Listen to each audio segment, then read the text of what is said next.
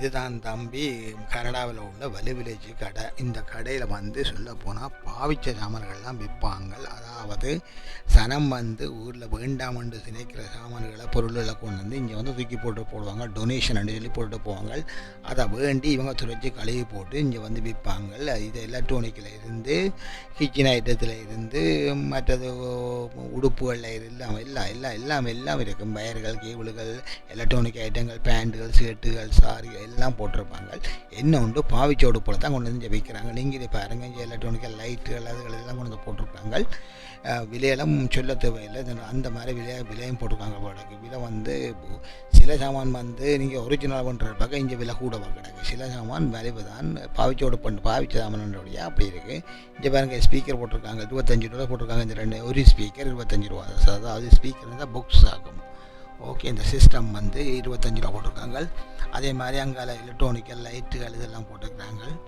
இதில் சிலது வந்து வேலை செய்யுமோ செய்யாதோ தெரியாது. நீங்கள் டெஸ்ட் பண்ணி பார்த்து எடுத்து கொண்டு போகலாம்னு நினைக்கிறேன். 2 நாள் இதில் வந்து வலி வில்லேஜ்ன்றது வந்து இங்கே இது கிட்டத்தட்ட இந்த கடையில் வந்து 9 பேர் வேலை செய்கிறாங்க. அவங்களுக்கு சம்பளம் ஆகுது. அதுபோக மினிமம் வந்து பே பண்ணுற சம்பளம் வந்து இங்கே கனடாவில் இப்போ $16.55 பே பண்ணுறாங்க அவர்ஸுக்கு.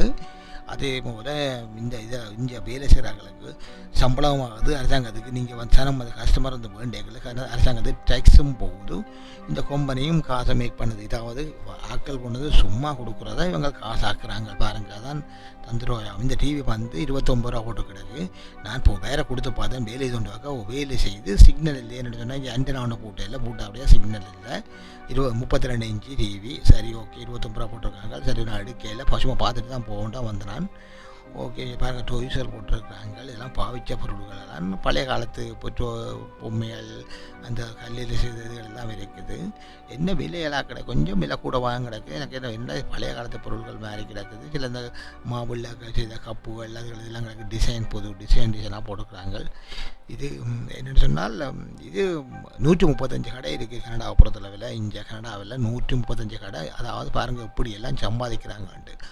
வேண்டாம்னு சொல்கிற பொருள்களை வேண்டி ஆக்கள்கிட்ட இவங்க அதை கழுவி துடைச்சி போட்டு திருப்பி ரீயூஸ் பண்ணுற மாதிரி அதை விற்கிறாங்க. இது வந்து அரசாங்கத்துக்கு டேக்ஸ் போகுது.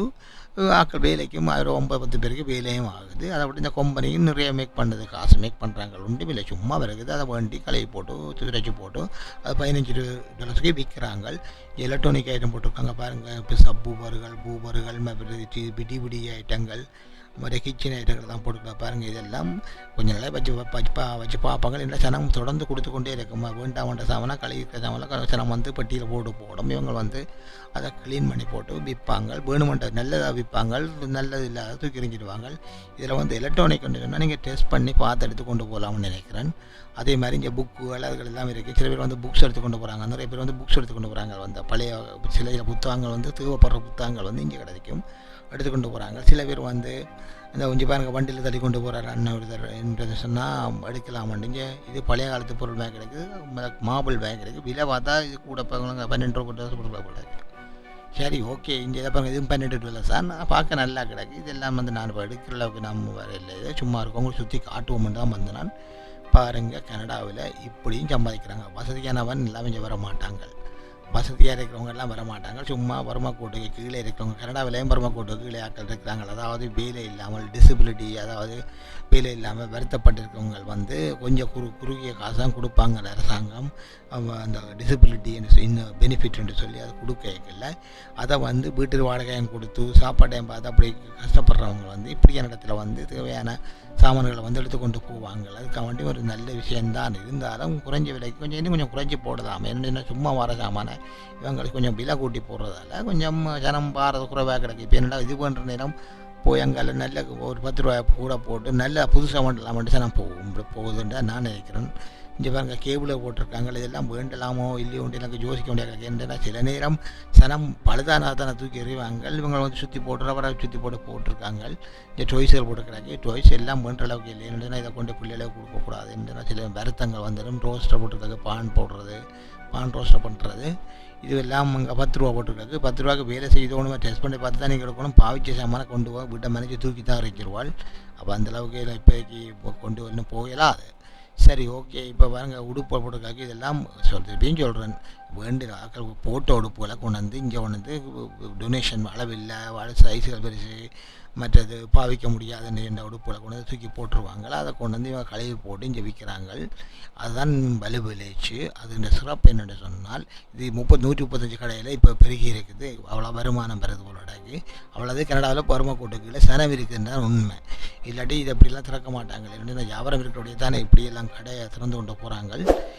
சனத்துக்கும் கொஞ்சம் வேலை வாய்ப்பு இருக்குது. இல்லை இந்த கடையில் மட்டும் 4-5 இந்தியன்ஸ் எல்லாம் வேலைகிறாங்க. பின்னால் நான் பார்த்தேன்னா நாங்கள் வேலை செய்கிறாங்க. ஆக்களை காட்டக்கூடாது என்ன காட்டுற முறை இல்லை. அவங்களை கேட்க அவங்க பெர்மிஷன் இல்லாமல் ஆக்களை முகம் காட்ட நான் விருப்பம் இல்லை. அதை எடுக்க இல்லை.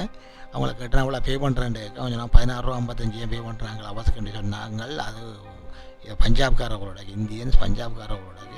சரி ஓகே, இந்த வீடியோ பாருங்கள். பார்த்துட்டு இது மறக்காமல் சப்ஸ்கிரைப் பண்ணி போட்டு போங்க. என்ன தம்பி முகத்தை காட்டாமல் குரலை கொடுக்குறான்னு நினைக்காதீங்க. 1000 சப்ஸ்கிரைப் வந்தால் பிறகு நான் கட்டாயம் முகத்தை காட்டுவேன். என்னென்னா இப்போ தான் புதுசாக தொடங்கி இருக்கிறேன். கொஞ்ச நாள் போகட்டும். இப்போ வேலைப்பள்ளி இருக்குது. வேலையை முடியட்டும். வேலையை முடிச்சுட்டு தான் இது சும்மா சைட்டாக செய்து கொண்டு இருக்கிறேன். உங்களை ஊக்குவிக்கிற மாதிரி நானும் கொஞ்சம் லேர்ன் பண்ணுற மாதிரி இருக்குது. முடிஞ்ச வரைக்கும் வீடியோவில் நல்லபடியாக போடுறேன். பார்த்துட்டு போகிறது மட்டும் இல்லாமல் மறந்துடாமல் சப்ஸ்கிரைப் பண்ணுங்கள்.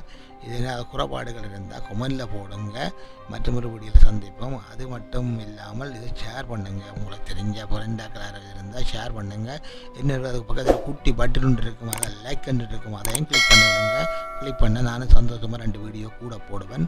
இங்கே பாருங்க கம்ப்யூட்டர்லாம் போட்டிருக்காங்க. இதெல்லாம் எலக்ட்ரானிக் ஐட்டங்கள் தான். சரி ஓகே, பார்த்தது இன்றைக்கு போதும். மற்றொரு வீடியோவில் சந்திப்போம். அது வரைக்கும் நன்றி, வணக்கம். மீண்டும் சந்திப்போம். பாய்.